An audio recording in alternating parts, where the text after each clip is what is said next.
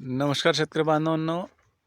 आज ज्या बागेमध्ये आपण आलो आहे त्या बागेमध्ये मृगबार लागलेला आहे आणि त्याची बांधणी झाली आहे. आपण हा व्हिडिओ यासाठी बनवला आहे की शेतकऱ्यांना माहिती भेटावी की बांबू बांधणी कशी करायला पाहिजे. आता हे बघा, हे झाड खूप उंच आहे, 15 फुटाचं झाड आहे. त्याला एक वरच्या साईडला तिथे फांद्याची अडचण असल्यामुळं वर बांधण्यात आलं. काही ठिकाणी काय होते, लेबर लोक काय करतात की एवढं उंचचा हात जात नाही म्हणून ते ह्याच लेवलला बांधतात खालचे फांदे.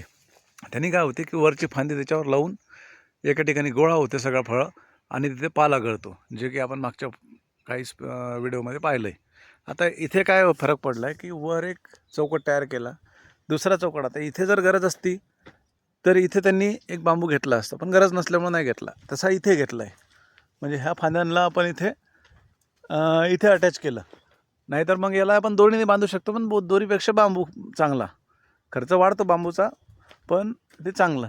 तसं त्यांनी इथे पण तसंच केलं आहे, जवळपास प्रत्येक झाडाला तसं केलेलं आहे. तर अशा पद्धतीने बांबू बांधणी जर केली त्याचे दोन फायदे होतात.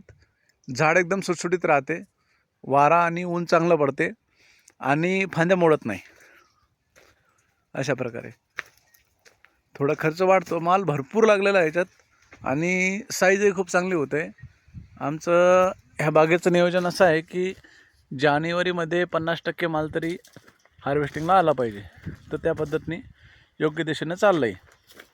अजून पुढचे काय आव्हानं आपल्यासमोर येईल ते आपल्याला बघायचे आहे. धन्यवाद.